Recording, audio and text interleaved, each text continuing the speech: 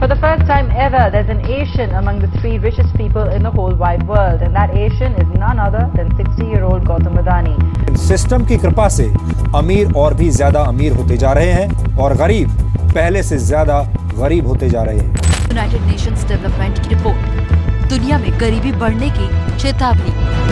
2030 तक 1 अरब लोग गरीबी की कगार पर पहुंच जाएंगे। बार गौतम अडानी के नाम फिर नया रिकॉर्ड, दुनिया के तीसरे सबसे अमीर शख्स हुए गौतम अडानी। बता दें, ब्लूमबर्ग के इंडेक्स में एशिया के सबसे। तो कुछ दिन पहले ही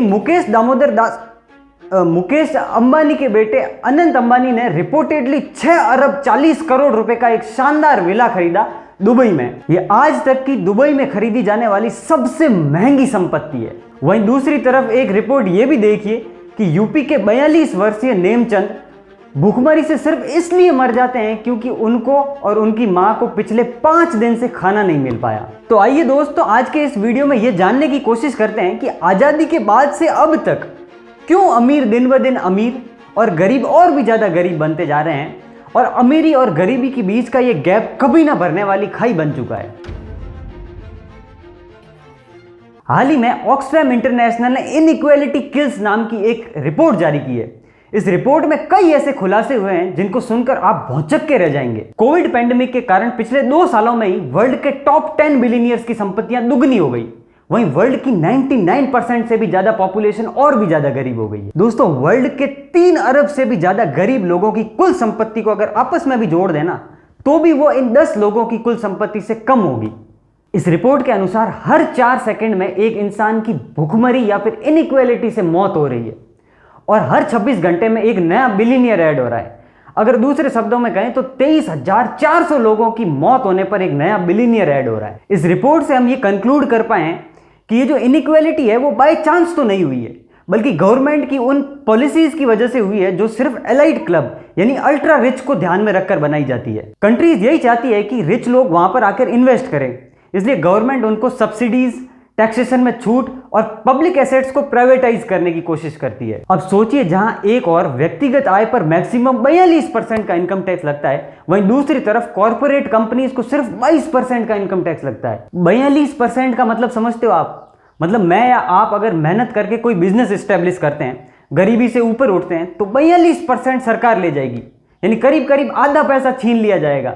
अच्छा, ये 42% भी अगर लोगों की भलाई में यूज हो, पब्लिक ट्रांसपोर्ट या फिर रोड्स में यूज हो, तो अलग बात है, हम भारत के लोग हैं और ये हमारा फर्ज भी बनता है। लेकिन आपको भी पता है कि ये जो इनकम टैक्स के पैसे होते हैं वो नेताओं की पर्क्स या फिर अलाउंसेस को कवर करने में लग जाते हैं। इनके पास इतने पैसे थोड़ी हैं कि ये लोग पेट्रोल भरवा सके, या फिर जो ट्रिप्स ऑर्गेनाइज होती है उनका भी भत्ता जो होता है वो हमारे पैसों से होता है। मानो गवर्नमेंट का यही मोटो है कि आम आदमी की आय को तो बढ़ने नहीं देंगे और कॉर्पोरेट जगत की आय को घटने नहीं देंगे। जहां एक तरफ बेरोजगारी चरम पर है, वहीं दूसरी तरफ पिछले 1 साल में 40 अरबपतियों की एक नई सूची ऐड हुई है। अगर 2021 की बात करें तो भारत के टॉप 98 अमीर लोगों की टोटल वेल्थ उतनी ही है सेम जितनी भारत की 40% गरीब पॉपुलेशन की टोटल वेल्थ है। 40% पॉपुलेशन मतलब 55 करोड़ लोग। सोचिए, 100 से भी कम लोग बराबर 55 करोड़ लोग। खैर, अगर ग्रोथ की बात चली रही है तो चाचा के BFF गौतम अडानी जी का नाम ना आए, ऐसा कैसे हो सकता है? गौतम अडानी की वेल्थ में पिछले 1-2 सालों से माइंड बॉगलिंग ग्रोथ हुई है। 2020 में जहां इनकी वेल्थ थी $8.9 बिलियन, वही 2021 में पहुंच गई $50.3 बिलियन और आज इस वक्त इनकी टोटल नेटवर्क है $143 बिलियन। इमेजिन कर सकते हो आप, 8 बिलियन से 143 बिलियंस। अगर सिर्फ एक कंपैरिजन के लिए समझाऊं तो इस वक्त गौतम अडानी की जो टोटल नेटवर्थ है वो श्रीलंका की टोटल GDP से भी दुगनी होगी।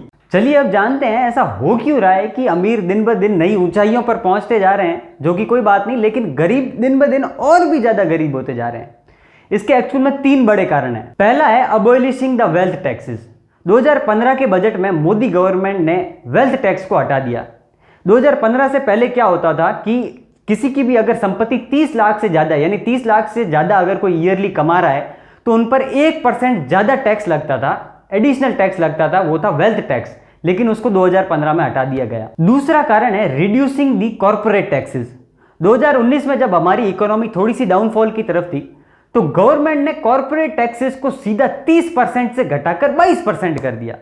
यह सब इसलिए किया गया ताकि इंडिया में जो इन्वेस्टमेंट्स है उनको अट्रैक्टिव दिखाया जा सके। और सिर्फ इस चीज की वजह से गवर्नमेंट ने 1.45 लाख करोड़ से हाथ धोए। अब कॉर्पोरेट जगत के टैक्सेस तो घटा दिए, तो फिर गवर्नमेंट ने सोचा कि ये भरपाई कहां से करें। तो कोई बात नहीं, पेट्रोल और डीजल तो सब यूज करते हैं, बढ़ाओ एक्साइज ड्यूटी। लिटरली गवर्नमेंट ने 8 लाख करोड़ रुपए अर्न किए सिर्फ 3 सालों में पेट्रोल और डीजल पर एक्साइज ड्यूटी बढ़ाकर, जिसका डायरेक्ट असर यह हुआ कि फूड ग्रेन्स और अदर एसेंशियल कमोडिटीज की प्राइसेस ऑटोमेटिकली राइज हो गई। तो सफर किसने किया? इन शॉर्ट अगर देखें तो गवर्नमेंट पुअर या फिर मिडिल क्लास के टैक्सेस तो बढ़ा रही है और अल्ट्रा रिच के टैक्सेस कम कर रही है। दोस्तों पता है बेस्ट चीज क्या होगी एज अ सॉल्यूशन कि ये इनइक्वालिटी के गैप को कम कर सके? कि गवर्नमेंट एजुकेशन, हेल्थ केयर और अदर बेसिक नीड्स में ज्यादा से ज्यादा इन्वेस्ट करे, जिससे क्या होगा कि लिटरेसी रेट बढ़ेगी और लोग अपने आप पॉवर्टी के चंगुल से बाहर आ जाएंगे। लेकिन ऐसा होता नहीं दिख रहा है। इनफैक्ट गवर्नमेंट इसका उल्टा कर रही है। 2021 में भारत ने टोटल जीडीपी का सिर्फ 3.54% हेल्थ केयर पर इन्वेस्ट किया है। एक मिडिल क्लास फैमिली सिर्फ एक हॉस्पिटल बिल दूर होती है गरीबी की तरफ जाने के लिए, और पुअर हेल्थ केयर सिस्टम की वजह से लोगों को मजबूरन प्राइवेट हॉस्पिटल्स की तरफ जाना पड़ता है। और उसके ऊपर भी अगर कोविड जैसा पेंडेमिक आ जाए तो सारी हदें पार हो जाती है। सोचिए कितने लोगों की जॉब सिर्फ एक पेंडेमिक की वजह से जा सकती है। कितना शॉकिंग है ना ये। तो मैं आपको इस रिपोर्ट के कुछ फन फैक्ट्स बताता हूं। अगर हम उन टॉप 98 रिच पर्सन्स पर सिर्फ 4% का भी टैक्स लगा देना तो ये टैक्स इतना होगा कि वो entire ministry of health and welfare को 2 साल से भी ज्यादा फंडिंग कर सके, या मिड डे मील प्रोग्राम को 17 साल के लिए चला सके, या समग्र शिक्षा अभियान को 6 सालों के लिए चला सके। खैर हम पॉसिबिलिटीज की बात करें तो इन पैसों का हम बहुत अच्छी तरीके से यूज ले सकते हैं। तो दोस्तों कुल मिलाकर बात यह है कि ये गैप या फिर इनइक्वालिटी तब तक कम नहीं होगी जब तक गवर्नमेंट दोनों ही वर्गों के लिए समान पॉलिसीज या फिर फाइनेंशियल लिटरेसी को और ज्यादा बढ़ावा ना दे। तो दोस्तों ये थे हमारे ओपिनियंस अमीरी और गरीबी के बीच में बढ़ते हुए गैप को लेकर। इस पर आपकी क्या राय है नीचे हमें कमेंट्स में लिखकर जरूर बताएं। वीडियो अगर इन्फॉर्मेटिव लगा हो तो इसको लाइक, शेयर और सब्सक्राइब जरूर करें। धन्यवाद।